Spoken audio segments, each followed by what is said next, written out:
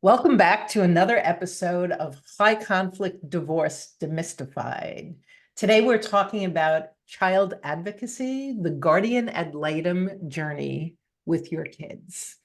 And with me today is attorney Elle Barr. So in the turbulent seas of high conflict custody battles and family disputes, a guardian ad litem, GAL, as I'll refer to it, is an attorney for the child and serves as a lighthouse, guiding decisions in the best interest of the children involved. It's crucial to understand when a GAL is needed, what their role is, and the limit and extent of their relationship with the parents. This podcast delves into the circumstances that necessitate the involvement of a GAL, unraveling their purpose and shedding light on their pivotal role. We explore the situations that trigger the appointment of a GAL, their objectives, and the critical role that they play in steering the court decisions toward the welfare and best interest of your children. Engaging with a guardian ad litem can be a perplexing maze for both the parents and the children. And as we navigate this complex path, our podcast aims to empower you with the knowledge and tools necessary to support your children compassionately and effectively through this process. We'll explore strategies for fostering open communication and maintaining a stable and supportive environment and preparing your children for interactions with the GAL. And by demystifying the GAL's role and functions, we aim to provide parents with actionable insights to facilitate a smoother experience for their children, ensuring that their voices are heard and that their well-being is prioritized throughout the legal process. With me today, as I said, is Elle Barr. She's an experienced family law attorney with a deep commitment to serving children and families. Elle has experience representing clients in all family law matters with an emphasis on serving as a court-appointed guardian ad litem. She's also an ambassador to Our Family Wizard, which is an online shared parenting platform that is especially designed for high conflict situations. So with no further ado, welcome, Elle. Thank you for the very kind intro. I'm thrilled to be here. Yeah, there's so much confusion around the role of an attorney for the children, a GAL, a guardian ad litem, and especially like what the boundaries are with the parents and if there's different age children, how it works. And so I think a great place to start is, first of all, I'm so curious how you got into this particular angle of law. So let's just start there. Absolutely. I decided that I wanted to go into family law during my second year of law school. So I had changed my mind a few times during my first year of law school. And then during my second year, I took a family law course. And then I also participated in 2 pro bono clinics. I participated in the domestic violence pro bono clinic and the child advocacy clinic. And there was just something really, really special about family law. I was drawn to it. I loved my family law class. Just it felt right, felt like home. So after law school, I clerked for a family division judge. And then I worked in the public sector for a bit. And finally, I made my way to Office of Law Guardian, where I started representing children in dependency matters. So those are cases where there's abuse and neglect, and a court-appointed attorney represents those children who were abused and neglected. And then from there, I got into divorce and separation and being appointed to children who were impacted by high conflict divorce situations. So that's how I became a GAL. And that's a little bit about my background. It's a really humbling role. And I love serving as a GAL. At the same time, I also love working for Our Family Wizard. So let's start at the beginning, because the first thing I'm hearing is the word appointed. Is it true that the only way that one hires a GAL is if they're appointed, or can a family choose that they need one? And does that vary from jurisdiction to jurisdiction? A GAL is court appointed. So in each state, there's statutes, there's case law that will outline and define the role of the GAL, the appointment of the GAL. So GALs are not hired. Parents don't go out, call up the attorney, ask if they could retain you as the GAL. That's not how it works. So I'll just start with first guardian ad litem, GAL. So litem, it's a Latin word. Litem means lawsuit. So guardian ad is for litem, the lawsuit. So a guardian ad litem is either requested by the parties in court, so the attorneys for the parents can petition and request that a GAL be appointed, or sua sponte, meaning the judge on his or her own will appoint a guardian ad litem to the case when there are significant disagreements between the parents as to what is in the best interest of the child or the children. So essentially, the guardian ad litem is this trusted third-party outside opinion, and the guardian ad litem serves as the eyes and the ears of the court. So I think this eluded me in the past. So even if both parties want a guardian ad litem, the judge is still the one who appoints a particular individual. Correct. In my county, for example, there's a roster. So the attorneys can take the roster and the attorneys together, or if the parents are pro se, they could look at the roster and they could pull the attorney and make the request to the court. Gotcha. But guardian ad litems, we are court-appointed attorneys. We're not privately retained. I know parents have reached out to me asking, can I retain you? Can I do a consultation? And I'll say to them, I appreciate the call. Thank you so much. Or thank you for your email. I am court-appointed. I serve the court. I am an arm of the court. If the judge feels it's appropriate for your case to have a guardian ad litem, perhaps I could be appointed through the court. But there's no privately retained guardian ad litems. Okay, so that's the first thing for all of us to understand. And let's talk about what are the types of circumstances that would have the judge appoint a guardian ad litem? There are a lot of circumstances that would raise red flags and have the judge then on their own appoint a guardian ad litem. The first is when there's, as I said, significant disagreements and conflict, when there's a high conflict case, and let's say there's substance abuse, mental health issues, domestic violence, the judge right away is going to say, this case needs a guardian ad litem. Most often, we work hand in hand when there's a guardian ad litem appointed. Oftentimes, there's an order requiring that the parties submit and complete forensic evaluations. So the judge is going to use the guardian ad litem's report and recommendations alongside with the mental health professional's recommendation, and that allows the court to make that best interest determination with respect to the children and with respect to custody and visitation. And can you just tell our listeners what a custody evaluation is in a nutshell? Sure. A custody evaluation, it's a court-ordered evaluation where the parties go and meet with a mental health professional. Generally, they have a roster as well, and the judge chooses which mental health professional is going to conduct the evaluation. They dig into the circumstances of the matter. They meet with the parties, the children, and then they give a recommendation based on all of their testing, their assessments, their observations as to what is best for the children, what custody arrangement would be best. So is it typical for the guardian ad litem and the forensic to have a close working relationship? Very close. My recommendations, oftentimes I will wait until I have that forensic evaluation because I'm going to include that when I'm doing my investigative work, and I draft very thorough and comprehensive reports with recommendations to the court.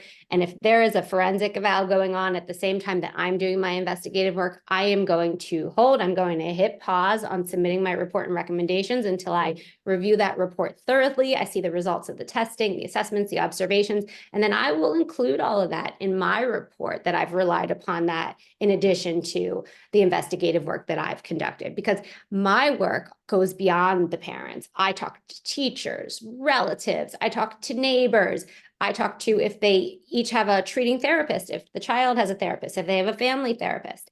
I talked to everyone and anyone under the sun who is connected and related to this family who could give me information about the child and their relationship with each parent. Elle, could you share one or two stories with us? I mean, you could be, as we were talking offline, I would imagine you could be representing children who can't even articulate for themselves because they're so young what's best. And you could be representing a 12-year-old who wants what they want. And that's just the kid angle, right? Like then there's the hundreds of different scenarios between the parents. Is there one or two that you could share, short stories you could share that would give a flavor to our listeners? Sure, without mentioning any confidential information, names, or locations, I'm happy to share some stories just to highlight what it's like representing children of different ages and the issues, the facts and circumstances that I dig into. And I've been doing this for a very long time. I've been practicing law for 20 years, and I have had, when I was at Office of Law Guardian, I represented thousands of children, abused and neglected children. And over the years, I've represented hundreds of children in high conflict divorce cases. And I've seen it all from, a few months old until 18 years old. And emotions are really, really high in family court, and judges are making decisions about what is most important to parents, their children and their money. And these decisions are complex and multifaceted. So just to share one or two stories, I represented a teenage girl. This was during the pandemic. It was really, really difficult to conduct the interviews because no one was going out. No one wanted to meet with me. I couldn't go to the houses to see her. The family had been in litigation since 2006. So that's when the litigation started. And I didn't get appointed until 2020. So, fast forward, Oh, 14 years. She's a 16-year-old girl, and I'm coming in because a petition for modification was filed with respect to custody. And the judge wanted to know, does this teenager have a well-reasoned preference? And if she does, what is that preference? What's going on in her relationship with mom? What's going on at school? What's going on with dad, with stepmom, with grandparents? So I got pulled in. I will tell you, this is one of the most challenging cases I've had because the pandemic had just started and I didn't know, how am I going to investigate? How am I going to look into the facts and the circumstances and all the issues that are relevant to this matter? No one will let me into their home. No one will talk to me. But I was able to conduct everything through Zoom with the parents. And I generally, when I meet with the children, I'll meet with them at mom's house, at dad's house. If it's a same-sex couple, I'll meet with them at, dad A's house, dad B's house, and I see them in their environment. So I did that during the pandemic. I did the same thing over Zoom. I met with her when she was at mom's house. I met with her when she was at dad's house. I met with the teachers. There were a few different teachers that I met with. I met with the school guidance counselor. She had a health issue, so I had to talk to the pediatrician. There was an issue with her weight. There were concerns about possibly an eating disorder. I talked to her mental health pro who was working one-on-one with her. And then we set up another therapist who was working on rebuilding and repairing the relationship with, I don't want to say which parent because I don't want to reveal too much information, but there was a break in the relationship. So I connected with that therapist. And in the end, after pulling all of this information, all of the facts, and, really taking into consideration this teenage girl's, her emotional, her physical well-being, the family dynamics, her educational needs, her medical and health needs, we didn't have a forensic evaluator. She's a 16-year-old girl. This case had been in litigation on and off since 2006. I drafted my report. I'm not kidding you. It was a 408-page report, if I remember correctly. It was very comprehensive. And the majority of it was maybe 36 pages was the report with the recommendation, and the rest were exhibits that were attached, including all the Our Family Wizard communications over the past 14 years were attached as an exhibit. And the report, it really truly outlined what would be or what is in the best interest of this child. And it provided recommendations with respect to custody and visitation. The court essentially rubber stamped that report and those recommendations. She's now 18 years old. I'm still in touch with her. I'm in touch with the majority of my clients, the ones that I work with, like on this type of level where it's a day-to-day for a year or 2 years. And she's doing really, really well. She has rebuilt her relationship with the parent where it was broken and strained, and she's still with the parent, living full-time with the other parent who had filed that petition for modification. And she's doing really, really well. And that showed, like, that's just an example of when a guardian ad litem comes in and they investigate what is actually really happening and drafts that report, the parents read it. They see what their child wants. They see what all the issues are. It gives them some self-awareness. And ultimately, at the end, what happens, not every case, but this case, the parents settled. They didn't even go before the judge. But the judge, essentially, they put all my recommendations in, and that's what got rubber stamped, the consent order, the exact recommendations with respect to physical and legal custody, and then all the services that were recommended for the child and the family.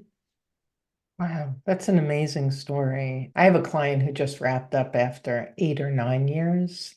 But this girl, since she was 2 years old, her parents were that, it's just heartbreaking. And yet, what a powerful example of what a guardian ad litem can do to help smooth things. Can you give us an example of maybe a rather young child?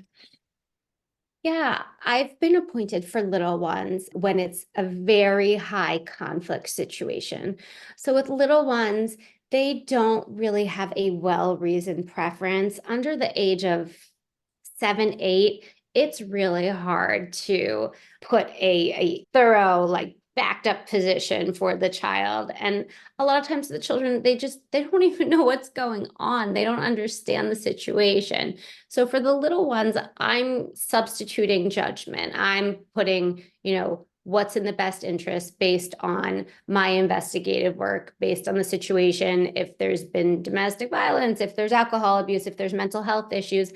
And then I'm also going through our best interest statute. So this is something that's really important. Every single state has a best interest statute. And that statute is going to outline factors that need to be considered when a best interest determination is made with respect to custody. So in Pennsylvania, where I practice, our best interest statute has 16 factors.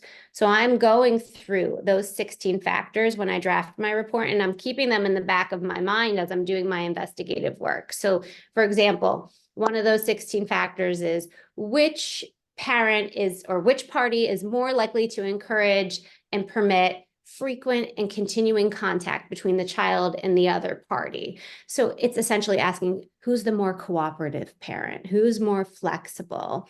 Another factor is the presence of past abuse committed by a parent or party. So has there been physical abuse, emotional abuse? They want to take that into consideration. They take into consideration extended family, child's sibling relationships. Does one of the parents have a child from a former relationship? How connected is that child to the step sibling? And then, one of the very important factors in Pennsylvania is which party is more likely to maintain a loving, stable, consistent, and nurturing relationship with the child to meet the child's needs. And that's all of the needs, emotional, physical, and mental needs. So that one's really, really important. It goes on and on. Again, so we have those 16 factors. So those are all things that I'm considering when I'm drafting my report, when I'm making my recommendation. And that's what the judge is going to rely upon when making a determination and entering an order. And I know that the younger the child, the more heartbroken the parent when they think that they're not going to have time with them. And so can we pivot to a little bit more about what is your relationship and interaction with the parents? My interactions and relationship with the parents, I'm team family, I'm team child. So my relationship with the parents is essentially to schedule interviews, to learn about their situation, to understand their positions, and to set up meetings with the child and with any other family member, friend, or third party that they think is important for me to connect with. So I have no responsibility to the parents. My role and my responsibility is to the child and to report back to the court. So parents often think, oh, here's this girl here. Oh, I'm going to win her over. But that's really not how it works. I'm there to gather facts and information. I mean, I really appreciate it when a parent has all the medical records right there, has all the educational records, and turns it right over to me so I don't have to go do my digging for hours and hours and request collaterals. That's very, very helpful.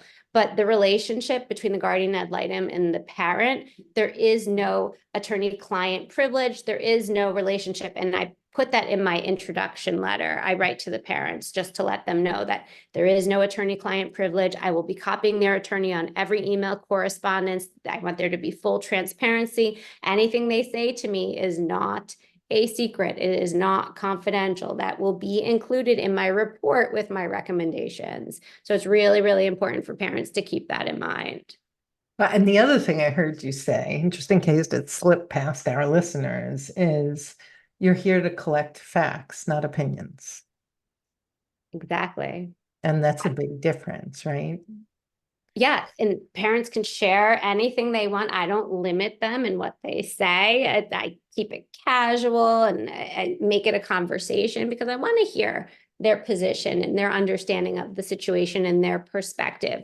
But essentially, I'm looking for the facts. You know, if dad feels this way or mom thinks this, those aren't facts. Feelings are not factual information. They don't tell me what grade the child's in, what school he or she goes to, what are the medical issues, what are the concerns, and they're not going to help me go through those 16 factors. Yeah, if there's been drug or alcohol abuse, tell me about that. Has someone been inpatient? What kind of treatment did they receive? When were they discharged? What were the discharge instructions?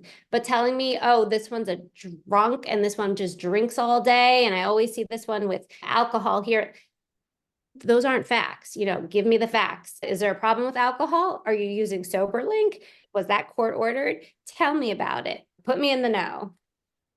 So I think that's very helpful. I think our listeners need to understand the earlier conversation about the relationship between the evaluator and the guardian ad litem and the relationship between them and the guardian ad litem. I'd love to talk a little bit about what you've noticed in terms of the stress and burden that your clients, the children, have experienced when their parents are going through years of a high conflict divorce. It is a tremendous toxic stress that these children feel when their parents are going through a high conflict divorce. That is considered an ACE, an adverse childhood experience. And for your listeners who aren't familiar with the study, back in the 90s, the CDC and Kaiser, they conducted an important public health research study, and they took a deep dive into exposure to trauma during childhood and how that impacts adults, how their exposure during childhood affects them later in life. And so there's 10 ACEs, there's abuse, neglect, and household challenges. Those are the three broad categories. And under abuse, there's physical, emotional, sexual. Under neglect, there's physical, emotional. And under household dysfunction or challenges, there's mental illness, incarceration of a parent, witnessing domestic violence, substance abuse by a parent, and then finally, parental separation or divorce. And so divorce or parental separation, it's not per se an adverse childhood experience. What is the trauma is the unmanaged conflict and the inability of the parents to identify, address, and meet the needs of their children. And that's what becomes the adverse childhood experience. And that becomes this toxic stress on children. It impacts their brains, their bodies. It actually makes their brains and bodies change. People don't realize this. So what ends up happening is their prefrontal cortex, their pleasure reward center, and their fear response center are all impacted by a high conflict divorce. It's mind-boggling. So I would encourage all of your listeners to pull that study, to read it, to link it in the show notes, because children exposed to a high conflict divorce, they are going to experience constant activation of their stress response system. And it's particularly harmful during these sensitive periods of brain development and body growth. And as I said, their little brains in their bodies, they start to change from all this persistent fear and anxiety. And the stress, it hurts them immediately and long term. So immediately, it's going to hurt them in their ability to learn, to regulate their emotions, to engage with their peers. And ultimately, it's going to lead to lifelong physical and psychological consequences. What is the name of the study again? It's called the ACEs study, and ACEs is an acronym for Adverse Childhood Experiences. Wow. I will definitely have that linked in the show notes for you folks. And I didn't know about that. That is well worth investing some time and understanding. There's so many things we can do. And what we do at Journey Beyond is try to help our clients learn emotional regulation and better communication skills, all to tamp down what's been going on during the marriage. And so I really appreciate you bringing up that point. So can we just talk about some do's and don'ts? So you've got the ear of at least one of the parents as you're speaking, and let's assume that their situation is going to call for a guardian ad litem and more likely than not custody evaluation. What would be your high level do's and don'ts for the parents listening? You've heard the saying, April showers bring May flowers. If co-parenting has been difficult this year due to your ex's alcohol abuse, you need SoberLink. How it works is simple. Your co-parent will test at scheduled times, built-in facial recognition will confirm their identity, Tampa sensors will flag any attempts to cheat, and results will get sent instantly to your phone, so you know that your kids are with a sober parent. Lay the groundwork for brighter days ahead. Visit soberlink.com/JBD to learn more and get $50 off your device.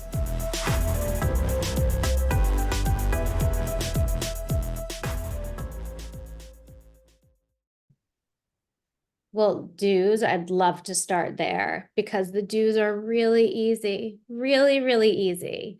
If you want to truly put your child first, if you want to prioritize and protect the needs and welfare of your child, what you need to do is you need to provide your child with safety, consistency, and stability. Those are really simple things: safety, consistency, and stability.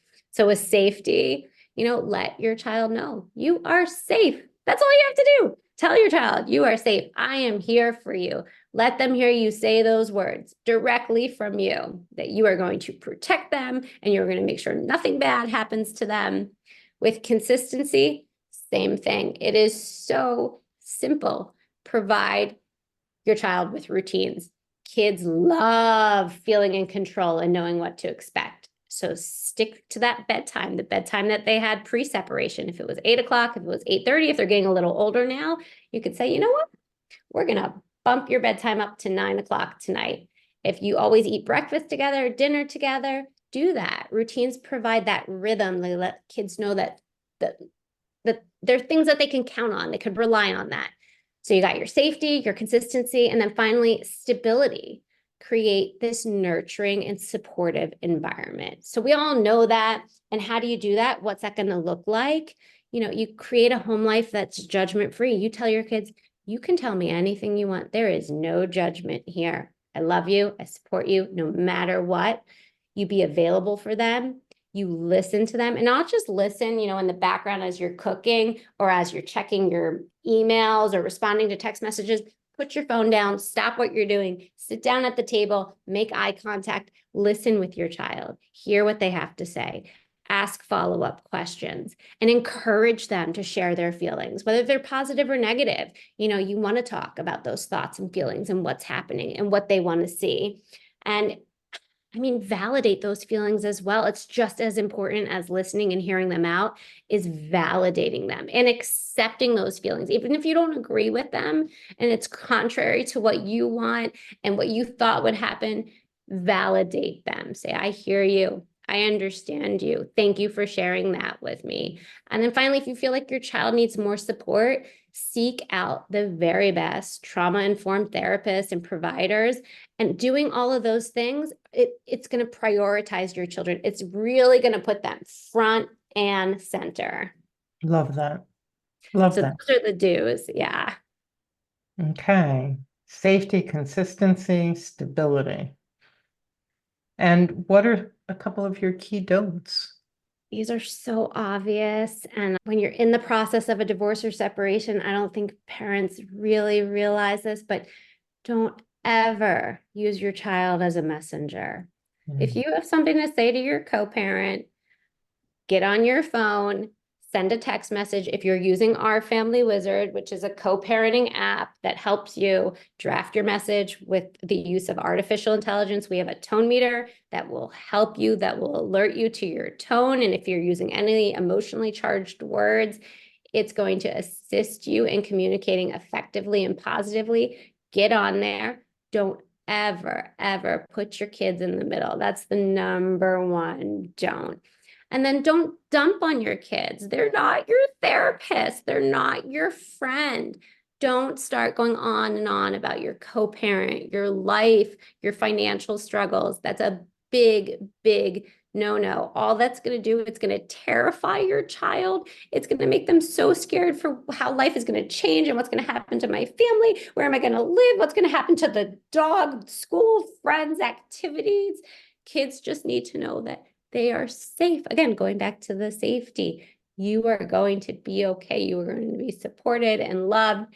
And if you could focus on the do's, that's way, way more important. But it's also, just knowing those don'ts also.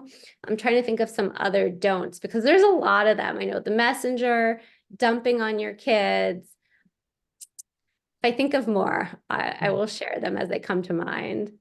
And I would imagine, I think I actually heard a custody evaluator say this, whatever you do, don't coach your kids before they get on the phone with a professional like you. Yes, that's a big do not. Don't coach your kids about before they meet with the GAL. If they go in for an in-camera review with the judge, they cannot be coached. We know from the terminology that they're using, from the way they're trying to recall what was said to them and being so careful with sharing their thoughts and feelings. We know if a child has been coached. I just thought of another don't. And don't ever ask your kids or drill them about their conversations, about their telephone calls, about their time with your co-parent. That's not appropriate. It's going to make them feel on edge. It's going to be the reason why divorce or separation is an adverse childhood experience, because it's going to put them into fight or flight, and it's going to make them have that feeling like seeing a bear in the woods. That's how I describe it to parents. I say, when you do these things to your children, it's like they're seeing a bear in the woods. Their heart is pounding, their blood is rushing, their pupils are dilated, they are sweating, and they are scared. And when you do this over and over and over again, that's what causes the change in their bodies and in their brains. So I hope parents take this very seriously, because the actions that they take during their divorce or separation deeply affect their children immediately and long term. It's so interesting. I'd like to tell you a little story. So often parents, especially if they feel like the other parent has a short fuse, they really do want to know, like, are you safe over there? And I think your point is such a good one. I had come up with a game. I always tried to turn things into a game. My kids were like 6 and 8 when we first started our divorce. And I did this all the time, not just when they were at dad's. And so we would sit around the dinner table and we do highlights, lowlights. It was, what was the highlight of your day? What was the low light of your day? And it gave them a chance to they started really enjoying it. And that way, if they came back from dad's, it was the same thing. And sometimes I would find out, I kind of sat and watched TV all weekend and I felt lonely. And so I actually was able to support them without drilling them. And I'm just curious what your thought on a strategy like that is. I think open-ended questions are innocuous, and children are going to share with you what they want to share. And if you're providing them with that safety, consistency, and stability, they're not going to be afraid to tell the truth and share. But if you're it's different. It's different asking like a very open-ended question versus saying, well, tell me what happened, at 3 p.m. on Saturday when you were at the rec center with so-and-so and this. It's a very, very different situation. So I think as a GAL, as a professional who works with children, I think open-ended questions are absolutely fine. And when the children want to share, they're going to share. And I agree with you. I think that the most important thing is that you are a safe person, because if the child does have difficulties with the other parent or anybody else, if you're quick to bash or judge or jump in, then they're not going to tell you. And then who do they go to? So I love that safety piece. What haven't we covered that you would really like to share with our listeners before we wrap up? That's important. I do like to talk about the 3 C's sometimes. It's something that's easy to remember. It's the 3 C's of co-parenting. It's communicate, cooperate, and compromise. And it's just as easy as providing your kids with safety, consistency, and stability. Provide your co-parent with effective communication, cooperation, and that flexibility, the ability to compromise. So I really, really like sharing that with parents because it's something they remember. They're like, oh, the 3 C's of co-parenting. And they just get it. And then I also like when I go out and I meet with parents, I usually give them a folder, well, post-pandemic. During the pandemic, I would email the resources to them. But post-pandemic, I would provide, well, now pre-pandemic and post-pandemic, I provide a folder, and in that folder, I include Dr. Emery's. He's a professor of psychology. He drafted the Children's Bill of Rights in Divorce. And I give parents that Bill of Rights and I read it with them and I go over it and I say, right? Children have the right not to be asked to choose sides. They have the right to not be told bad things about the other parent. They have the right to not be asked to be a messenger. They have the right to not be asked by one parent to tell the other parent untruths. It goes on and on. And then finally, they have the right to be a kid. So this is something really, really powerful that I like to share. So the 3 C's, the Child Placement Bill of Rights, and I'm trying to think if there's any other resources. A lot of times I'll share the TED Talk by Dr. Nadine Burke-Harris. Oh, that's a different one than I thought you were going to say someone else. What is it, Dr. Nadine? Dr. Nadine Burke-Harris. She is the former Surgeon General of California, and she has a TED Talk on ACEs. And she goes through all of the research that was conducted back in the late 90s. She goes into the science behind it. And it is phenomenal. It's maybe 16 or 17 minutes, but it is worth the time to watch it. She references some really well-known, highly regarded medical professionals who've participated in the study. She quotes Dr. Block. He was the former president of the American Academy of Pediatrics. He is the one who opined that ACEs, I want to find the exact quote for you. I have it. It is so powerful. And I share this with parents too. When I tell them to watch the TED Talk, I said, wait till she announces or she shares the quote from Dr. Block, because it's going to make the hairs on your arms stand up. So Dr. Robert Block, he opined that ACEs is the single greatest unaddressed public health concern facing our nation. So every single parent going through a divorce or separation, they need to be aware of this study. They need to see themselves, have self-awareness of the impact that their actions and their words have on their children. Well, that's just a mic drop right there, Elle. I mean, I think we could wrap it up right there. Do you have that TED Talk and Dr. Emery's Bill of Rights? Do you have links that you can send to me that I could put in the show notes? I do. I'll share them with you. Okay, folks, you can look in the show notes now because we got them for you and they're in there. And I haven't heard of those two. And I've been interviewing a lot of people who do what you do. So that's great. I'm going to dive into the two of those right away. This has been so incredibly helpful. You are a doll. You have such passion and such a beautiful heart for children. And for our listeners, I just want to say my divorce was 3.5 years. My kids were barely in grade school. I was scared to death for them. I was a sloppy version of myself. I was scared for myself. It makes sense, whatever it is you're going through.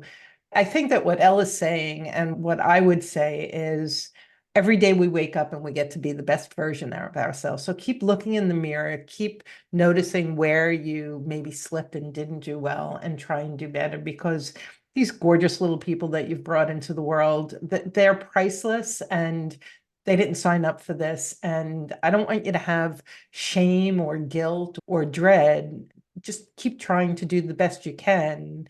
And I think with these resources, you've just gotten a lot here. So Elle, thank you so much for coming on and sharing all of this with us. Thank you for having me. I really appreciate this opportunity. Yeah.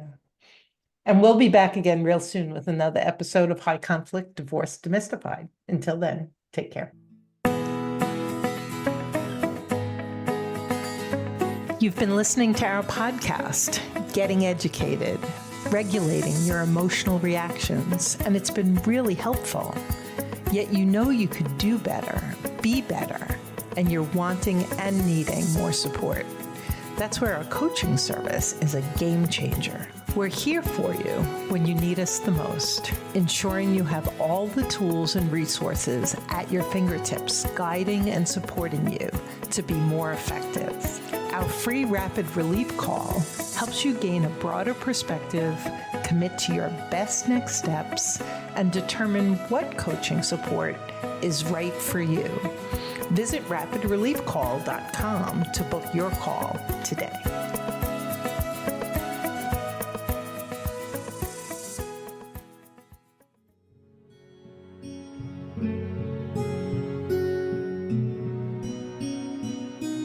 Thanks for joining us on the Journey Beyond Divorce podcast. I hope you found guidance and encouragement to help you along your journey. If you like my podcast, please take a minute to subscribe and leave a review on iTunes.